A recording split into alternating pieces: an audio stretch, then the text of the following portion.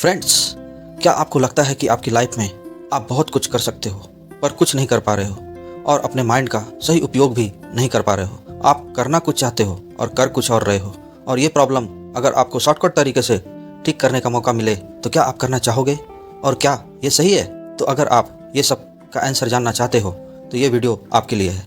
आज मैं आपके लिए लिमिटलेस मूवी की स्टोरी लाया हूँ। आई होप आपको पसंद आएगी। तो चलिए स्टार्ट करते हैं। ये कहानी है एडी मोरा, जो एक राइटर बनना चाहते हैं पर वो अपने काम पर ध्यान नहीं दे पाते। बहुत कोशिशों के बाद भी वो मोटिवेट नहीं होते हैं और ऐसे ही टाइम पास करते रहते हैं, और इसी वजह से वो अपने काम को भी टाइम पर पूरा ख़त्म नहीं कर पाते हैं। एडी की गर्लफ्रेंड है जिसका नाम लिंडी होता है, और वो भी उससे तंग आकर ब्रेकअप कर लेती है और उसको पहली शादी की नाकामयाबी भी याद दिलाती है, और उसे लगता है कि एडी कुछ नहीं कर सकता, और फिर वो वहाँ से चली जाती है। फिर एक दिन एडी की एक्स वाइफ का भाई वर्नॉन उससे मिलता है। वो उसे 9 साल बाद मिल रहा था और एडी उसे बताता है कि उसकी लाइफ में कुछ खास नहीं चल रहा है। साथ ही उसे बताता है कि वो कुछ लिख भी नहीं पा रहा है। फिर वर्नॉन उसे एक ड्रग दिखाता है और बताता है कि इसे ले लो, इससे सब प्रॉब्लम सॉल्व हो जाएगी। और वो बताता है कि ये कोई ऐसी वैसी चीज़ नहीं है, इससे सब कुछ पॉसिबल है और ये 800 बग की है, और कुछ ज़रूरत पड़े तो मुझे कॉल कर लेना। पर एडी उससे दोबारा मिलना नहीं चाहता था, लेकिन उससे वो ड्रग ले लेता है। एडी सोचता है वैसे भी मेरे लाइफ में कुछ खास नहीं हो रहा है, तो ज़्यादा से ज़्यादा क्या ही गलत हो जाएगा। ये NGT48 नामक एक ड्रग होता है और वो ड्रग खा लेता है। जब वो घर पहुंचता है, उसके लैंडलॉर्ड की वाइफ उस पर चिल्ला रही होती है क्योंकि उसने बहुत दिनों से रेंट नहीं दिया होता है, और इधर एडी पर उस ड्रग का असर स्टार्ट हो जाता है। दरअसल ये NGT48 इंसान के दिमाग की क्षमता को बढ़ा देती है, जिससे इंसान अपने माइंड को 100% यूज कर सकता है, जबकि एक नॉर्मल इंसान अपने दिमाग को कभी भी 100% यूज नहीं करता। कुछ चीज़ें सबकॉन्शियस माइंड में ही रहती हैं। अब वो लैंडलॉर्ड की वाइफ को उसे उसके पास रखी बुक के बारे में बताता है। उसने वो बचपन में कहीं पढ़ी थी, जिसे वो बिल्कुल भूल चुका था, पर उस ड्रग की मदद से उसे सब याद आ जाता है और उसे उसके ऐसे में भी मदद करता है, और वो अपने बातों से उसे काफ़ी इम्प्रेस भी करता है। अब वो हर चीज़ काफ़ी बेहतर तरीके से कर सकता था। जब वो अपने घर आता है, उसे अपना घर काफ़ी गंदा लगता है और सारी चीज़ों को सही तरीके से रखना स्टार्ट कर देता है और अपना काम भी काफ़ी जल्दी कंप्लीट कर लेता है। और फिर जब वो लिखने बैठता है, उसे लगता है कि सारी चीज़ें उसके सामने हैं, और अपने दिमाग का 100% यूज करके अपने बुक के 90 पेजेस एक दिन में ही कंप्लीट कर लेता है। फिर जब वो बुक पब्लिशर के पास जाता है, वो कहता है अगर बुक पसंद नहीं आई तो वो एडवांस पैसे वापस कर देगा। वो उसके इस काम से काफ़ी खुश होती है और अगले दिन उसे कॉल कर बताती है कि उसे वो बुक बहुत पसंद आई और उसकी तारीफ़ भी करती है। फिर कुछ टाइम बाद उसके ड्रग का असर ख़त्म होने लगता है। अब वो फिर से वर्नॉन के पास जाता है, पर वो उसे उस ड्रग के बदले अपने पर्सनल काम बताता है। काम से जब वो लौटता है, पता चलता है कि वर्नॉन का मर्डर हो गया है और घर की सारी चीज़ें बिखरी पड़ी हैं। फिर एडी पुलिस को कॉल करता है। उसे समझ आता है कि शायद मर्डर करने वाले ड्रग ही लेने आए थे, और वो ड्रग को ढूंढने लगता है। और फाइनली उसे वो ड्रग का पैकेट, कुछ पैसे और एक डायरी मिलती है, पर पुलिस को इसके बारे में वो कुछ नहीं बताता और कहता है कि मुझे इस मर्डर के बारे में कुछ नहीं पता। फिर जब पुलिस एडी को उसकी एक्स वाइफ से बात करवाता है तो वो बोलती है कि तुम उसके फ्यूनरल में मत आना, मैं तुम्हें खुद कॉल करूँगी जब सब ठीक हो जाएगा। अब जब वो पुलिस स्टेशन से बाहर आता है, उसे फील होता है कि कोई उसका पीछा कर रहा है। फिर किसी तरह उससे बच के वो अपने घर आता है और फिर से वो ड्रग खाता है और उसका दिमाग बहुत तेज़ी से काम करने लगता है। वो पल भर में एक जगह से दूसरे जगह पहुंच जाता है। सबसे पहले वो अपना लुक चेंज करता है और 3 दिन में ही पियानो सीख लेता है। अलग अलग लैंग्वेज भी सीख लेता है, वो भी काफ़ी जल्दी से। इसके बाद वो अपने कुछ अमीर फ्रेंड्स बनाता है और लाइफ को काफ़ी एंजॉय करने लगता है। उसे लगता है कि राइटिंग के अलावा और भी कुछ करना चाहिए। फिर वो वर्नॉन से मिले हुए पैसे को शेयर बाज़ार में इन्वेस्ट करने की सोचता है, जहां उसे बहुत प्रॉफिट होता है, पर उसे शेयर मार्केट में इन्वेस्ट करने के लिए और भी पैसे चाहिए थे। फिर वो एक आदमी से पैसे लेता है, पर वो कहता है कि अगर पैसे नहीं लौटाए तो बहुत बुरा होगा। फिर उसे एक कंपनी से जॉब की ऑफ़र आती है, जहां शेयर मार्केट में प्रॉफिट डबल करने का तरीका उसे समझ आ जाता है, और देखते ही देखते शेयर मार्केट इंडस्ट्री में वो पॉपुलर हो जाता है। फिर उसकी मीटिंग एक बहुत बड़े बिजनेसमैन से फिक्स होती है, क्योंकि वो सबके नज़र में आ गया था। अब जब वो अपनी गर्लफ्रेंड से मिलता है, उसे अपने जॉब के बारे में बताता है, और जब वेटर ऑर्डर लेने आती है, उसे वो इटालियन में बात करता है लिंडी ये सब देखकर काफ़ी हैरान रहती है कि इतनी जल्दी इसमें इतने चेंजेस कैसे आ गए, और न्यू लैंग्वेज भी सीख ली। वो एडी से काफ़ी इम्प्रेस होती है और फिर वो दोनों अपना रिलेशनशिप फिर से स्टार्ट करते हैं। जब वो वहाँ से निकलता है उसे वही इंसान पीछा करते हुए दिखता है। फिर अगले दिन उसकी मीटिंग कार्ल वॉन लोन से होती है, जो एक बिजनेस टाइकून है। उसे भी एडी काफ़ी इम्प्रेस करता है। फिर वॉन लून उसे घर ड्रॉप करते टाइम कुछ डॉक्यूमेंट देते हैं और कहते हैं कि वो अपनी राय दे इस पर। फिर एडी उसे ऐसी ऐसी बातें बताता है कि वॉन लून एडी से काफ़ी इम्प्रेस होते हैं और उससे एक और मीटिंग के लिए कहता है। फिर जब वो घर जा रहा होता है वो काफ़ी कॉन्फिडेंट महसूस करता है अपने आप पर, यहाँ तक कि वो ये भी सोचता है कि वो एक दिन प्रेसिडेंट भी बनेगा, पर उसे कुछ अजीब सा फील होता है। फिर वो कुछ टाइम में ही एक जगह से दूसरी जगह चला जाता है और एक बार में ड्रिंक करते हुए पाता है। फिर एक स्टेशन पर उसे कुछ गुंडे मारने के लिए घेर लेते हैं। फिर उसे अचानक से याद आता है कि उसे सारे प्रोटेक्शन फाइट्स आते हैं जो कहीं ना कहीं उसने देखे थे। फिर एडी उन सब से लड़ता है और अगले ही पल एक ब्रिज पर अपने को पाता है। फिर वो महसूस करता है कि उसे पिछले 18 घंटे का कुछ भी याद नहीं, और जब वो घर पहुंचता है और अगली सुबह उठता है उसे बहुत अजीब सा फील होता है। फिर दिखता है कि उसकी ड्रग ख़त्म होते जा रही है और वो अब उसे नहीं लेना चाहता था, क्योंकि उसे लगता है कि उसकी ख़राब हालत इस ड्रग से ही हुई है। फिर उसे पता चलता है कि उसे एक मीटिंग में जाना था, और जब वो सारे डॉक्यूमेंट को देखता है उसे कुछ भी समझ नहीं आता और बिना तैयारी के ही उस मीटिंग में चला जाता है और ड्रग भी नहीं लेता। और मीटिंग में वो लून के सामने कुछ भी नहीं बोल पाता है। दरअसल उसका ध्यान टीवी पर रहता है, जहाँ बताया जा रहा था कि एक होटल में एक औरत की डेथ बॉडी मिली है। फिर वहाँ से वो निकल जाता है और घर आता है।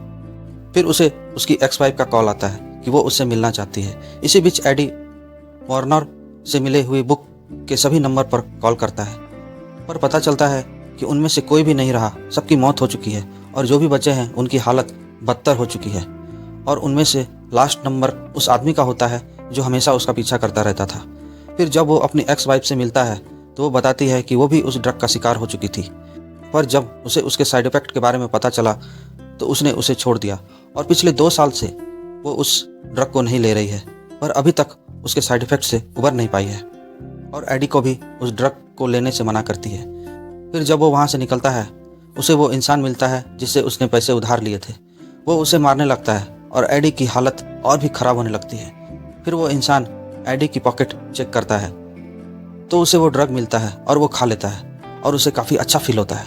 फिर एडी बैंक से पैसे निकालता है और उसे दे देता है। अब किसी तरह एडी अपनी गर्लफ्रेंड लिंडी के पास आता है और उसे सब कुछ बता देता है उस ड्रग के बारे में और बोलता है कि तुम मुझे वो ड्रग ला कर दो।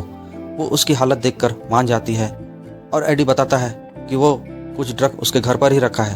फिर वो ड्रग को लेने के लिए अपने घर चली जाती है, पर जब वो वहाँ से निकलती है तो पता चलता है कि कोई इंसान उसका पीछा कर रहा है। वो एडी को फ़ोन कर बताती है कि कोई इंसान उसका पीछा कर रहा है। वो किसी तरह उसे छुप जाती है और उसे बहुत डर लगता है। एडी उसे सलाह देता है कि तुम एक गोली खा लो, फिर तुम खुद उससे पीछा छुड़ा लोगी। उसे कुछ समझ नहीं आता और वो एक गोली ड्रग की खा लेती है और फिर उसके खाते ही उसका भी माइंड बहुत अलग तरीके से काम करने लगता है। उसे सारी चीज़ें दिखने लगती है जिसे वो नहीं देख पा रही थी और वहाँ से उस इंसान को चकमा देकर भागने में कामयाब हो जाती है। फिर एडी को वो ड्रग देती है और एडी ठीक हो जाता है। फिर वो दोनों एक होटल में जाते हैं। फिर एडी लिंडी को कहता है कि वो धीरे धीरे वो इस ड्रग को लेना छोड़ देगा, पर लिंडी को यह सब ठीक नहीं लगता और वो वहाँ से एडी को छोड़कर चली जाती है। फिर अगले दिन एडी जब उस होटल से निकलता है वो इंसान फिर उसे मिलता है जिससे उसने पैसे लिए थे। वो एडी से ड्रग मांगता है और एडी उसे कुछ ड्रग की गोलियां दे देता है ताकि कुछ दिन तक वो शांत रहे। फिर एडी अपने लिए 2 बॉडीगार्ड को हायर करता है ताकि उसे कुछ प्रोटेक्शन मिले और वो दोनों हमेशा उसके साथ रहते हैं। फिर वो कार्ल वॉन लून के पास जाता है और बोलता है कि उस दिन उसकी तबीयत ख़राब थी इसलिए वो कुछ बोल नहीं पाया, पर वॉन लून उसके काम को जानते थे इसलिए उसको काम पर रख लेते हैं और एडी उसके लिए काम करने लगता है। पर अब धीरे धीरे उसकी ड्रग ख़त्म हो रही थी, इसलिए वो एक केमिस्ट के पास जाता है और वो उसे वो ड्रग बनाने के लिए बोलता है और उसे मोटी रकम देने का भी वादा करता है। फिर उसे वो पुलिस ऑफिसर मिलता है और बताता है कि जिस औरत की लाश होटल में मिली थी वहाँ से उसे निकलते हुए देखा गया है, पर वो एक अच्छे वकील से कांटेक्ट करता है और उसे बेल मिल जाती है।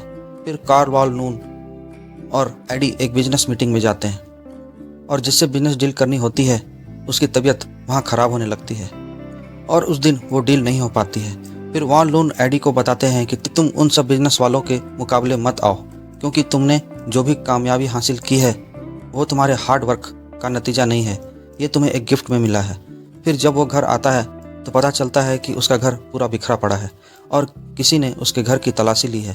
फिर वो एक न्यू घर को खरीद लेता है। उसके बाद अगले दिन वो इंसान फिर उसे मिलता है और फिर से वो ड्रग को मांगता है और बोलता है कि अगर वो और ड्रग नहीं देगा तो उसके बॉस को उस लड़की की मर्डर वाली बात बता देगा।